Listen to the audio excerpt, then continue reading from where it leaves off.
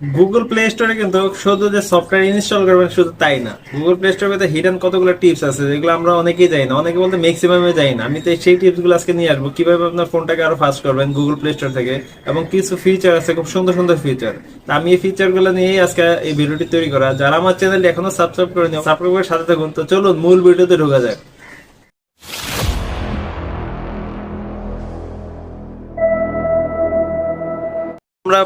আমরা আমাদের Google play স্টোরে ঢুকি। প্লে স্টোরে ঢোকার পর হাতের ডান পাশে উপরে দেখেন একটা প্রোফাইল পিকচার আছে। আমার এই প্রোফাইল পিকচার সবারই আছে, তো এটাতে ক্লিক করবেন। ক্লিক করার পর এই একটা ইন্টারফেস আসবে।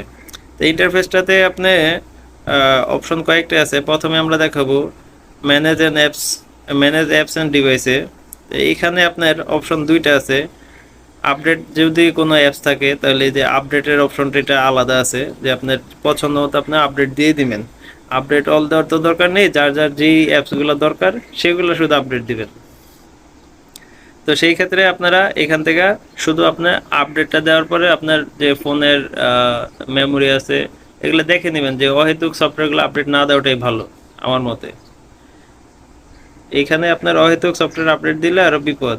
তারপরে আমরা যাব ম্যানেজে। ম্যানেজে যাওয়ার পর দেখবো দেখেন ইনস্টল এবং নট ইনস্টল। নট ইনস্টল বলতে যে অ্যাপসগুলো আমরা এই পর্যন্ত ফোনে ইনস্টল করেছি কিংবা আনইনস্টল করে দিয়েছি, ডিলিট করে দিয়েছি, কিন্তু ডিলিট হয়নি, মেমোরি খেয়ে বসে আছে। দেখেন ফোনের মেমোরিটা দখল করে এই কিন্তু সুন্দর করে বসে আছে। তো আপনারা করবেন কি সবগুলা যে সিলেক্ট করে আপনার ডিলিট করে দিতে পারবেন, অথবা আপনার কোনো অ্যাপস মনে নাই প্রয়োজনীয় একটা অ্যাপস এটা আবার ইনস্টল এখান থেকে করতে পারবেন, দুইটা কাজই করা যাবে।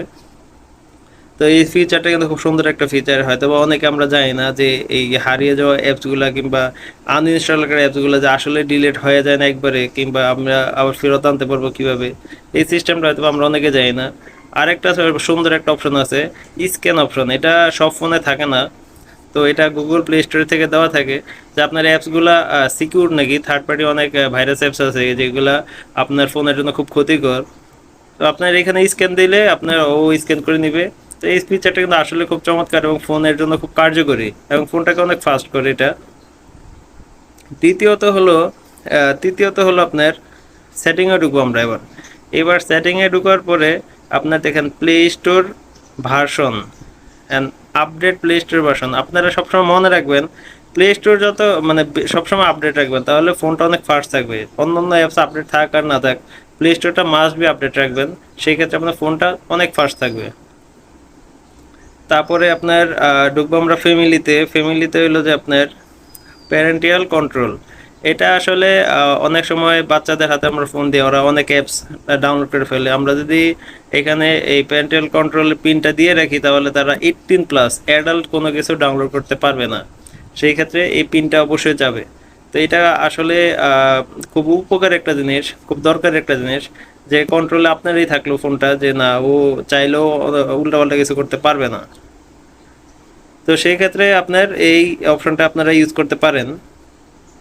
তারপরে আমরা দেখাবো আপনার নেটওয়ার্ক পারফরমেন্সের ভিতরে অটো আপডেট।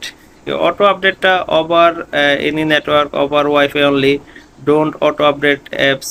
তো আমার মনে হয় এটা ডোন্ট অটো আপডেট অ্যাপস দেওয়াটাই ভালো হবে। কিসের জন্য? যদি অটো আপডেট দিয়ে রাখেন আপনার ফোনে 1 GB অথবা 5 GB কিনলেন, ফোনে অ্যাপস আছে অনেক, এই সবগুলো অ্যাপ যদি আপডেট আসে আপনার এমবি সব পুরোটাই নষ্ট হয়ে যাবে, ইভেন ফোন মেমোরিটাও নষ্ট হবে।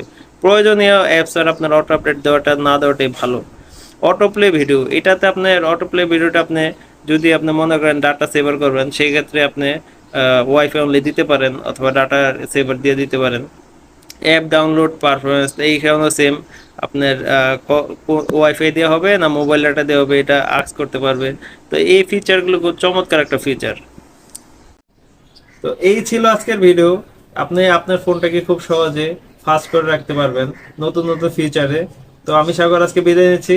আল্লাহ হাফেজ।